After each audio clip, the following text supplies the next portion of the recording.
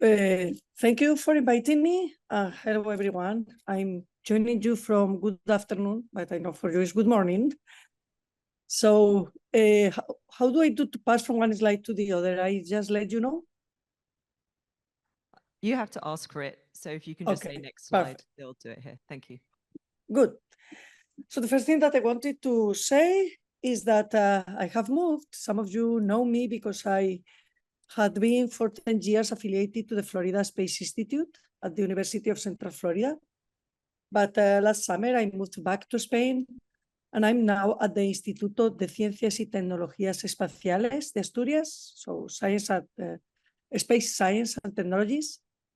It's a research institute attached or depending on the University of Oviedo in the north of Spain. So I'm talking to you from there, from my home sweet home. And today I'm going to talk a little bit about what do we know from 20 years already of studying the TNOs, mostly from ground-based observatories, but also, and that's what I put in this cover, thankfully, from the James Webb Space Telescope. So from space, some things are much better seen, and we have taken advantage of that with our warranty time program, thanks to Mark Lunin, Heinz, and Heidi, and John Starbury. And I'm going to include that in the review that I'm going to do today, okay? Can you pass one slide, please? So the first thing that I thought for some time when I was asked to talk about the dwarf planets was, I think it may be kind of dangerous to talk about dwarf planets in a New Horizons meeting. So I thought carefully, what do I want to talk about? I'm just kidding, but I mean, it's also some thought that we typically have. What is a dwarf planet? I mean, whatever it is, independently on how we define what is a dwarf planet, we have to think that that the definition came to life or was meant to be because we had observed and discovered things that were special, bodies, small bodies that were not really so small, and that from what we could see in the first years, they were different from everything that we had seen, except for Pluto in the case of two of them, and except of nothing in the case of Haumea that was really special. So what I'm going to consider dwarf planets in this talk. Can you pass one slide, please? So from the IAU definition, there are actually only 4 icy dwarf planets. And I typically forget the rocky dwarf planets, so this time I put it there very clearly, because there are these 4 icy dwarf planets that are supposed to be Pluto, Eris, Makemake, and Haumea. And then there is one rocky dwarf planet that is Ceres. And then the definition was left to, okay, some other objects may fall in this category in the future, but for now, this is the official definition by the IAU. Can you pass one slide, please? And I mean, I think that this definition comes also because of how our brains work. Sometimes we are not organized, but most of the times we love to put things in cases, in boxes, you know. What is this? This is this thing that I say now, because it makes us, our brains and our minds in peace to think that we know what things are, you know. And that is what this definition tried to do. But often, if you can pass to the next slide, reality and nature works in a different way. Can you pass to the next slide, please? And reality is different, and nature tends to challenge us. And even if we try to define things so that everything is tied up and it's very clear, it doesn't always work. So, can you pass one more slide? There are 2 other efforts, at least, that are out there, the ones that are focusing not on what Pluto is, but what on dwarf planets are, that try to put some order on this and like, okay, let's say, apart of these bodies, which others that we have observed since discovery of the TNOs could be dwarf planets. And the first one that is based on physical criteria and models for the interior of these bodies and considerations on, because they are supposed, a dwarf planet is supposed to be in hydrostatic equilibrium, be kind of an spheroid or an ellipsoid.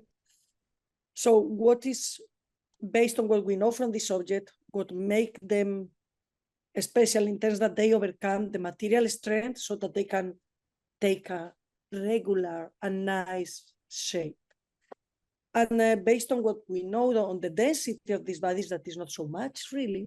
So all of this is, I'm making the sign with my fingers of quoted. Everything that is icy, that may have a rocky interior, but is what we call an icy body, that is about 700 kilometers, is probably a dwarf planet. And going through all that was known after, we don't know so much on the densities of these bodies. So we have to rely on the size of these bodies, diameter. For those that have been observed with occultation or those that are in multiple systems, we can know a little bit more on the interior. And at the end, it goes through that. There are like 4 that we already know. Then there are like 6 other that are clearly above the 900 kilometer limit that would make them really different. And most of them are well known. I mean, it's Gongon, Quaoar, Orcus, MS4 that is no longer in that list because through an occultation it has been determined to be 500 kilometers. But Sedna we know and Salacia, those are the ones that are clearly different. And then there is like a list of 30 more that could be there. And I mean, you can see them in the plot below. This has been done taking into account the observations done with the Herschel Space Telescope that was able to determine through the observation of the radiation, the emission of these objects in the longest wavelengths, the thermal emission. They were able to determine the albedo or diameter. And the ones, if we represent them in terms of diameter and geometric albedo, there are 4 that we know that are clearly different, and then there is these 6 that I was mentioning, I mean 5, forgetting about MS4, that are kind of different also, and actually some of them are pretty bright. That is not typical in the TNOs. The brightness of the dwarf planets are really different, and the regular TNOs, most of them are below 30%, or even 20. And then the ones that appear in blue there, on the left of Quaoar and Gongon, are what I typically call the candidate dwarf planets, if that means anything. It basically means that they would be large enough that depending on the interior of these bodies that we don't know, they would be able to reach hydrostatic equilibrium. Then there is another effort by Mike Brown that is not published, is explained and updated continuously on his website. And that, I mean, it's kind of funny because at the end it takes into account, I mean, it ends up with more than 700 objects that could possibly be dwarf planets, but that is different from being probably a dwarf planet or likely a dwarf planet or highly likely. But I mean, if we take the 10 and 27 on the first 2 bullets, those would probably be the same as in the table on the right, the 6 and the 30 that are there.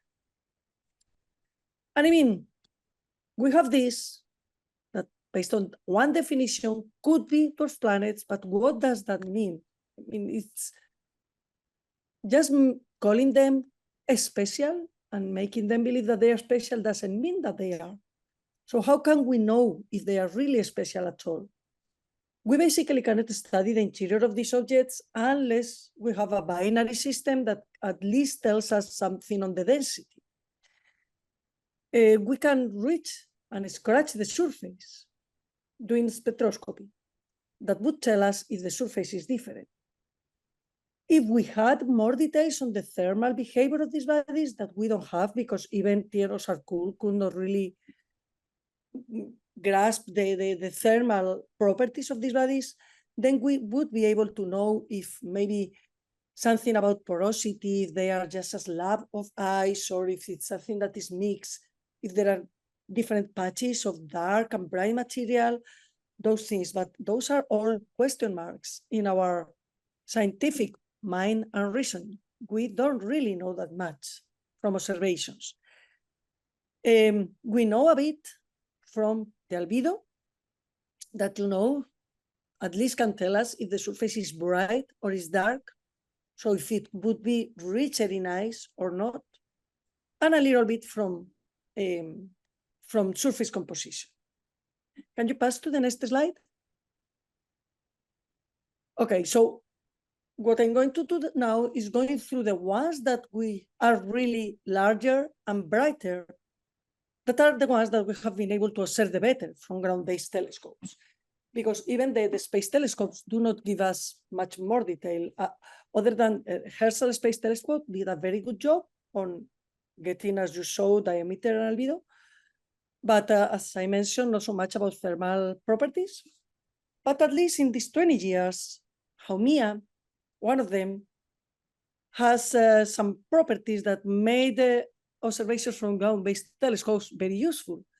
And it's the fact that it has, it's bright enough so we could get good spectroscopy in the visible and near infrared, but also we were able to observe a good occultation that gave us the shape of the body, and later on in 2017, another one with different cores that revealed the ring that is around Haumea. The shape is, and the rotational period, because it has a light curve in the visible that has a very, very wide difference in magnitude. So that already gave us an indication that it was an ellipsoid and not an spheroid. And all of that was confirmed later on with occultations and with other observations. So Haumea is a dwarf planet that is really different. From the very beginning, we could see that it was very bright and that it was had a very special surface composition, and also it has two different moons around, Hayaka and Namaka. And these are not the images of the discovery, but they are very, very nice. They were obtained later on in 2008, I think, with the Hubble, and you can see one of them already orbiting around the body, the Haumea, the main body. The other nice thing about Haumea, I think I mentioned it, is that it rotates really very, very fast. And that, together with the fact that as soon as we discovered Haumea, something clicked in what we had known of other bodies before, and we were able to trace 6 or 7 objects that had very similar surface composition, or at least very similar spectrum in the visible and near infrared. So can you pass to the next slide, please? Okay, so before going to the surface composition, because I want to show that also with James Webb, that is the last observation, I want to show that it was observed by New Horizons. This has been published by Bersvischer already, and you probably know very good these results. But it's also something to note, because even the solar phase curve of Haumea is peculiar and makes it a special object. And it's not even like Iris and Makemake, but all makes Haumea really a special body. The amplitude of the phase curve is very, very large, with the magnitude doubling the one that when you observe it from Earth. And in this work, they debate between 2 possible reasons for this. One could be due to the shape, and the other could be due to variations in geometrical albedo. I just want to note here that when we did the spectroscopy in the visible and near infrared, we were able, thanks to the short rotational period, to get a spectra at different phases, and we were able to cover 80% of the surface. And that 80% of the surface almost didn't vary at all in terms of spectrum. So it's an indication that the surface composition is probably not so heterogeneous at all. So if I were going to take part on one of these reasons, we don't have to, but I would lean towards the oblong shape to be the cause of this amplitude in the phase and not really the heterogeneity. So can you pass to the next one? And this is what we observed in already. I mean, this was, the paper is from 2009, but it was observed in 2006. I presented it in different meetings before publishing it. And it's kind of ancient science already. It was part of my PhD dissertation, but it's still present. And I want to call the attention on some things that probably is kind of like they were overseen at that time, but they make a lot of sense now. And one is that, I mean, this was almost the second object. I think it was the second object where we could really observe and define the 1.65 band that is due to crystalline water ice. So as you can see, this object has two very prominent features that are the two water ice absorption bands. The third would be the crystalline absorption band at 1.65. But when you model this object that we did, we ran a scattering theory, Hapkin model, to model the composition of this object. There were two other constraints that were very, very, very determinant when picking the best fit. One was the slope in the visible. That is so really neutral. I mean, just a little bit blue. That was not typical at all in 2006 from what we had on spectroscopy of TNOs. And that is a big constraint there. And also the slope after 2.2. Spectra from ground-based telescopes for TNOs, because they are faint, apparently, they don't typically go beyond 2.2. And if they go, it's a very noisy spectrum. But for Haumea, because it's bright, we had this very nice spectrum from 2.2 to 2.4. And this slope was really was crucial to model the ratio between crystalline and amorphous water ice. And that was an important thing at this time because, I mean, when we modeled it, we found like it was not just crystalline water ice, as we would have intuitively say because of the clear 165 band. It was 50% of each of the phases. And at that time, having crystalline water ice had been interpreted for Quasar as this is a really fresh surface. And we can only have this fresh surface if we have cryovolcanism.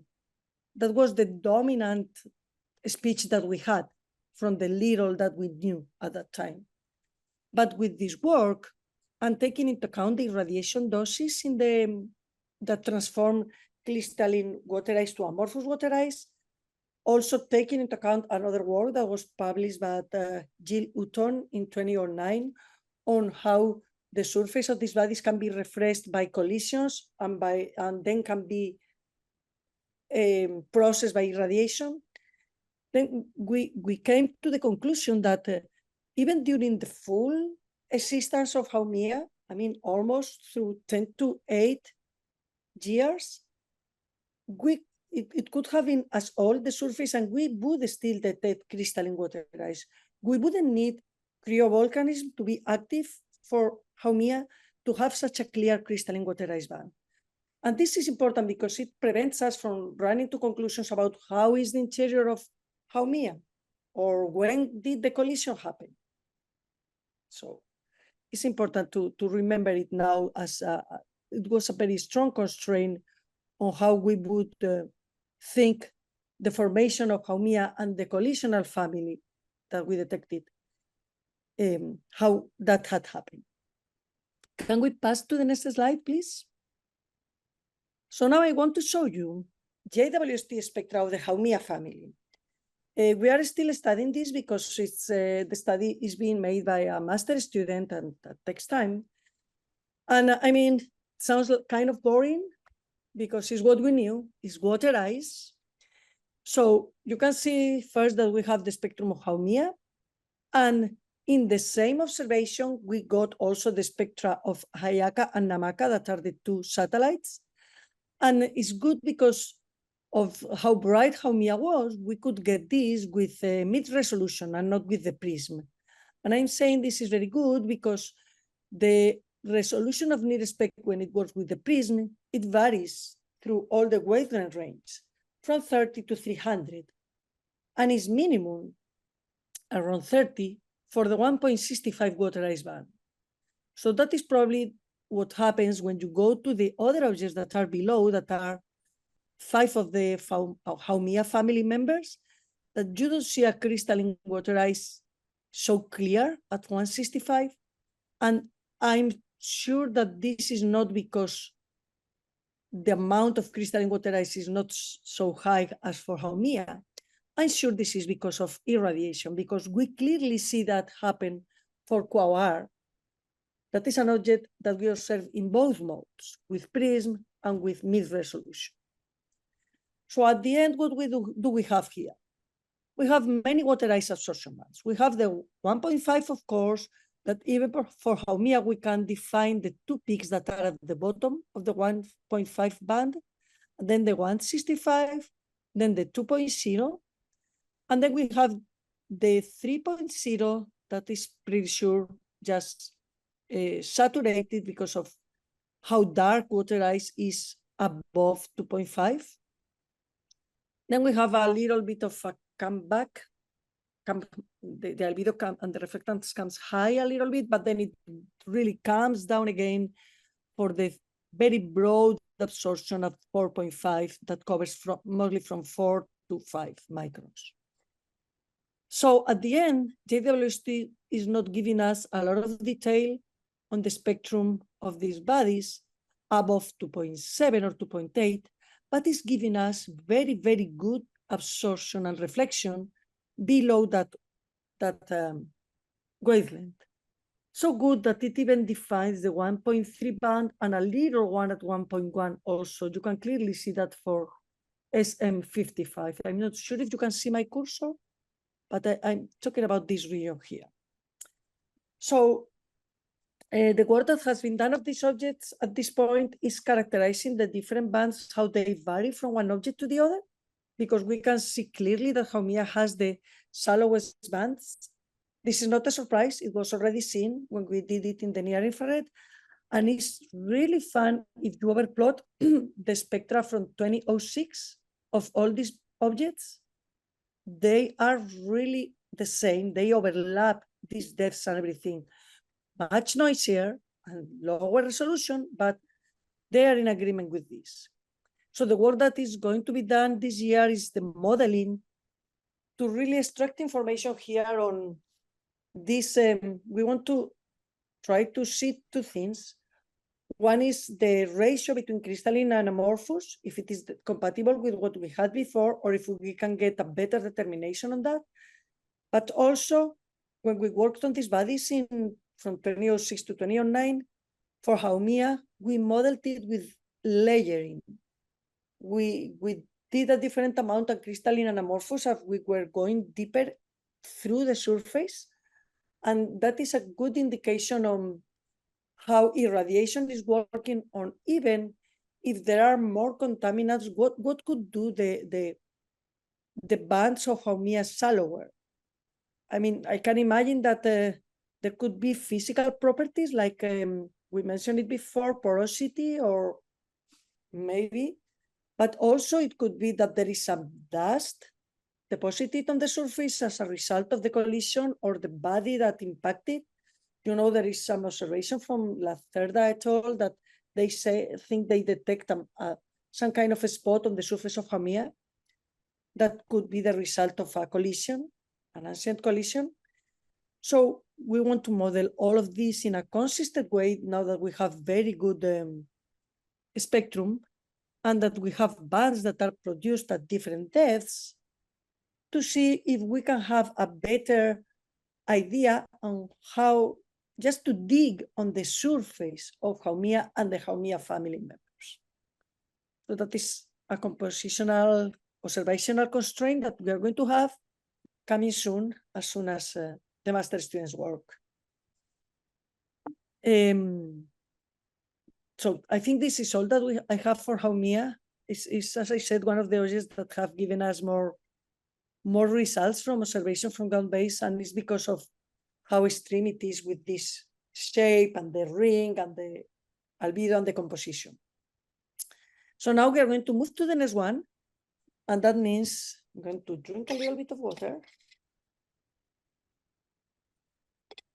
Can we pass to the next slide, please? Next slide. Okay, good. Thank you. So I'm going to talk about the other two icy dwarf planets that are Eris and Makemake, and that have also been observed already with JWST. And in this case, I'm going to focus more on JWST because it has given us very, very new results and very specific of these wavelengths. I mean, from earlier observations, I have included here this table that was published as a result of the TNO's conference that happened in Coimbra in 2017.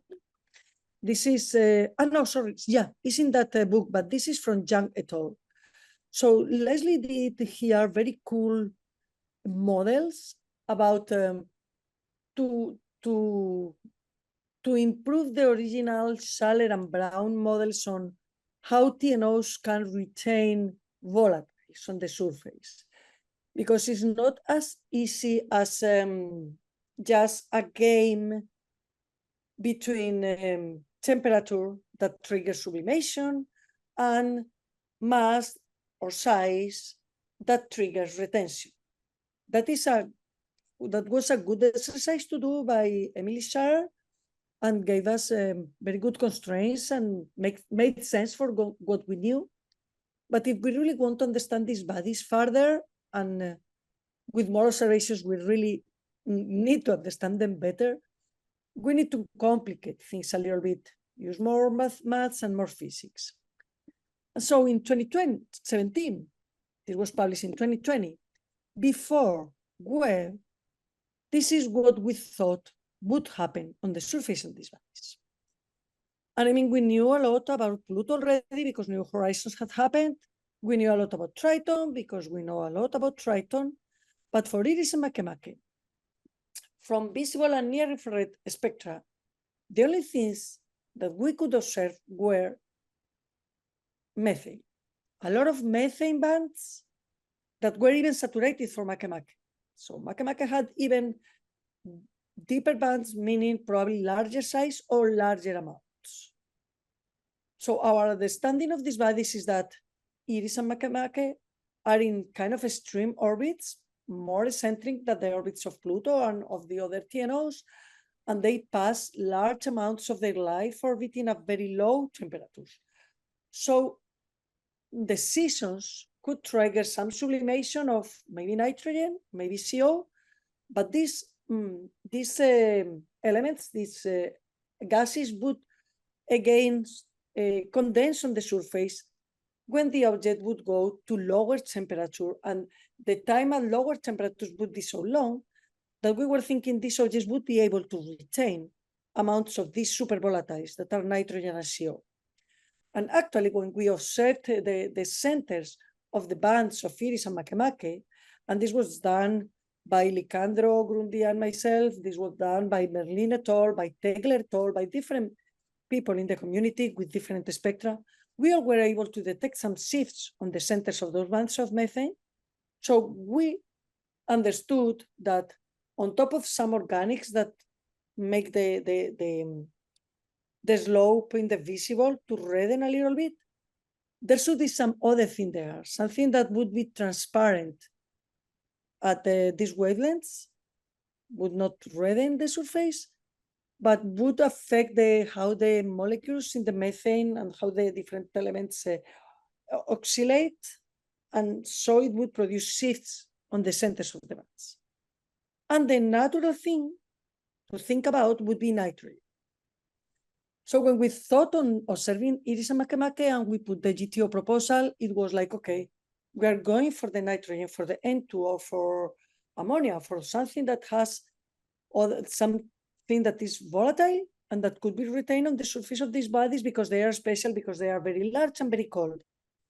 And even we may be able to detect the phase of this nitrogen if it is the very ordered one with very sharp band that you need very high resolution to detect it, or if it's going to be the more random organized that has a broader absorption. So we're going to do these studies with the GT observations of Iris and Makemake. And then this is what Young's models would tell us about quasars and the other large objects. Can we pass to the next slide, please? So this is something of what I was mentioning. On the left, we have what we knew before 2022, before GTO observations. And Makemake and Iris are kind of similar, but Makemake has more saturated bands above 1.5, it's just bands of methane, and Haumea is totally different because it just has water ice. So on the right, we have reflectances that Ian Wong has been studying and that he gave to me for this presentation, and that you will see them later today in his talk, his oral presentation. And it's a comparison of the reflectances with the JWST. So this goes up to 5.2 microns. And again, we get more saturated bands for Makemake than for Iris, so more methane. Then we are comparing also with Pluto obtained from JWST. And remember that I was mentioning that we were going after the nitrogen that actually was detected for Pluto. So where does the nitrogen that is also present on Triton show at these wavelengths? That happens above 4.0 and below 4.3. Is this region here on Iris, on the green one, and this region here on Triton, on the red one? But I mean, what we see on Iris and Makemake is nothing like what we see on Triton, and I mean, even for Makemake, we could say that is absent. There is not absorption here above 4.0. So nitrogen is not going to play the key role that we thought it was going to play on the seasons, atmosphere, and evolution on the surface of Iris and Makemake. But because nature is wonderful and JWST still spectra are awesome, we had other detections on these Iris and Makemake spectra that gave us a lot of fun, and I think they are going to give us even more fun in the future. Can we pass to the next slide, please? This is from Grundy et al., 2004. I didn't put it here, sorry, Will. But this was published in 2024, and is the first peek at the spectrum of Iris, just focusing on the more evident thing that is there, that is methane.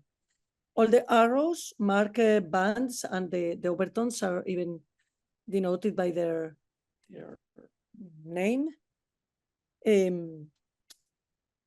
from methane that had not been detected before. This is just Iris spectrum. And you can see what I was mentioning of this absorption around 4 microns in the residuals below. You can see it very clearly. That is where we think nitrogen is affected. So can you go to the next slide, please? This methane is, again, boring stuff because we knew that, but this is not really boring stuff at all. This is isotopologues. And we detected 2 of them on the surface of Iris and also Makemake. The study from Grundy et al. And from Glein et al. Goes in detail on more on Iris than Makemake, but we also compare with Makemake. But there is some work going on that will probably be out sometime in 25 or early 26 on Makemake in detail. So I'm asking you to watch out for news on this. But let's focus on what we know on this study. So at 2.61, we detect this little inflection here that comes from 13CH4. And then on this region from 4 to 4.8, we have 2 different detections on CH3D, so deuterated methane. And because we have these 2, we are even able to quantify them. And not quantify them, but quantify the ratio between the hydrogen and the deuterium. That is what has been studied also on other objects in the solar system, and what can really tell us something about the origin of this methane on the surface of Iris and Makemake. So here are some numbers for those who may be familiar with them, where you can see the ratio between 13 carbon to 12 carbon and between deuterium and hydrogen. And there's a little bit of comment on these results. So basically 13 carbon to 12 carbon, it agrees with what is observed in the solar system values. Is not very special, but what is special is the ratio between the deuterium and the hydrogen. And it really shows that it's lower than expected if we were going to compare with comets, that is the most similar body supposed to be to TNOs.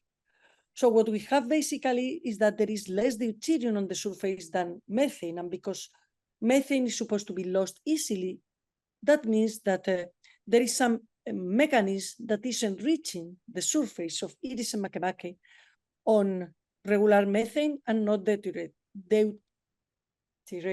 methane. Sorry about that. Okay, and also before changing, I already called your attention on the nitrogen. I want to call your attention in this zoom on how Makemake doesn't show probably any absorption of nitrogen there. And there is another super volatile that is missing, this carbon monoxide. You will see later on when I mention a little bit about regular TNOs that we have found two things related to carbon species, to carbon oxides. One is that the only material that is ubiquitous on the surface of all the TNOs, independent on the size and orbit and color in the visible, whatever, is the carbon dioxide, but that more than 60% of the TNOs also have carbon monoxide on the surface, even if they are even hotter than these guys, than Makemake and Iris. But our studies show that this carbon monoxide is not primordial, because it would have been lost if it was primordial on the surface. Is a residue, and we did do some studies, and Elsa and all did that as part of her PhD, that show how this carbon monoxide can be produced from carbon dioxide and water ice and other materials that are on the surface. So I don't know if it is surprisingly or not, but it's something that a constraint to really understand Iris and Makemake. The super volatiles, nitrogen and carbon monoxide, are not so important or so visible on the surface of these bodies. Good, let's go to the next one, please. Here, this is not Grundy et al. This is some work that Glenn et al. Did based on this spectra and based on Grundy's quantifications. Where in this work, he runs models to study what I was mentioning, to see which can be the origin of the methane on the surface of these bodies, based on different processes and based on comparison with the different bodies and environments where the ratio between the isotopes has been measured. So if you check on the right, we have the real observations for Iris and Makemake for the D2H ratio. And there on the left, you have three different gray rectangles that represent measurements or no, represent values in models depending on the origin of the methane. If the methane were primordial, could be endogenic or exogenic. If it was abiotic, what means that it would be produced by CO2 or CO when it's in contact with water ice, or if it is thermogenic, what means that it would be produced by cooking of complex organics. Noemi, you have 2 minutes left, including questions. Okay. To give you a time check. So I have to run a little bit, but basically what we find is that the origin of the methane is not primordial. We can rule out that. And we think is, if you pass to the next slide, is based on it can have two different origins, but both of them imply having a rocky core Can you pass to the next slide, please? Here, even next one. Let's go here. So these are the three different origins that could have that are related to abiotic origin. The column on the left, where CO2 or CO come in contact in a warm or hot nucleus, come in contact with water subsurface ocean, or on the right, where it is not CO or CO2, but is the organics that are cooked that come in contact with or liquid water or some kind of convection cells on the subsurface of Irsa Makemake.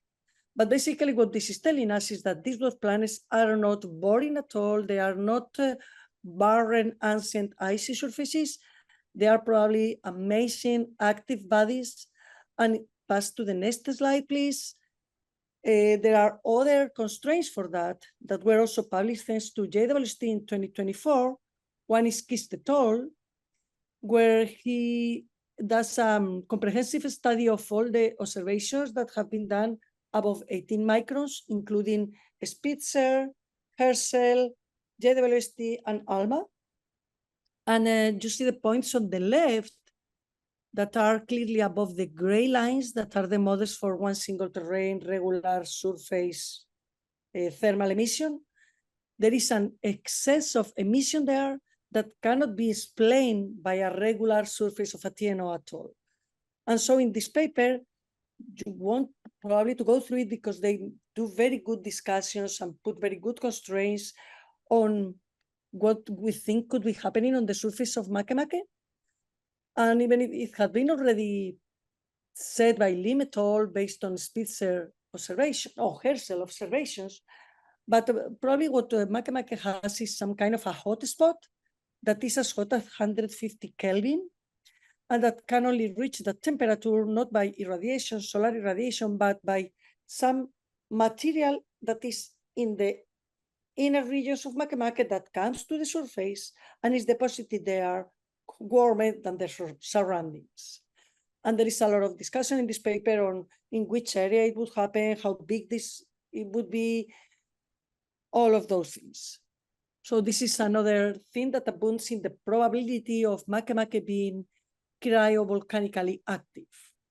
Go to the next slide. That is the last one on this body. I mean, these are some specific things. The hot spot is the one that I like the more, also because some insights that they have on the analysis of Makemake spectrum. But another possibility would be having a ring with dark, very thin dust that would also produce an excess. But even those two could be combined because cryovolcanism could produce dust that would be lifted and could stay around Makemake. Let's go to the next slide. Next one, I've talked about this already. So now I want to go a little bit to where we started. Are there other bodies that are as special as these are so that they are worth to be considered dwarf planet in terms of composition, for example? So first, go to the next slide. Let me show you 1.5 minutes. So 1.5 minutes. Yes. So let's pass to a couple of them. Keep passing slides, I will tell you. Go ahead. Go ahead. Here. Okay, let's stop here. Okay. This is what regular TNOs look like, as from the results of DISCO, that is the large program that I have been running from some time now. And these are all objects below 700 kilometers in diameter. And this surface composition does not look at all as Iris, Makemake, or even Haumea. So we have objects that are what we call dicey, that is dust and water ice, that are the blue ones, also called bowl type, because of the shape of the 3 micron bands. And that basically they have H2O, but also a lot of silicates and some CO2. Then there is the double dip type that have a lot of CO2 and CO that is in this region here above 4 microns. And then we have the cliff type, really very red and very chemically processed. They have clearly methanol, but layered, and they have some water ice, and they have CO2 and probably cyanides lot of different chemistry going on. These are regular TNOs. So now that we know how dwarf planets look and how regular TNOs look, go ahead and go ahead with the slides just to finish. Go ahead. Go ahead. Go ahead. One more. One more. Here. I want to show you other three spectra that we have observed linked to GTO and that they don't look as the regular TNOs. And these are three of the candidate dwarf planets, Sedna, Gongon, and Quaoar. These three objects are large enough to be in the 900 kilometers range. So they would be dwarf planets according to some tables or definitions, but they are not really like Iris and Makemake. They have a surface composition that is based. I'm really sorry. Yeah, let me just wrap up here. I want to say that the chemistry of these guys is based on methane also. So we can observe methane irradiation deposits, but they are not so volatile rich as Iris and Makemake. And they are also not like regular TNOs. So for me, these three candidate dwarf planets would be the only ones peculiar that are kind of an intermediate thing between what a dwarf planet looks like and what a regular TNO looks like. And I mean, go back to the last slide so that we can see the conclusions there, but I mean, I didn't have too many conclusions.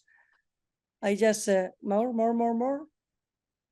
It was just a review showing what we know, what we knew before 2022 and what we know now of TNOs, dwarf planets, and candidate dwarf planets. Thank you. Brilliant, thank you.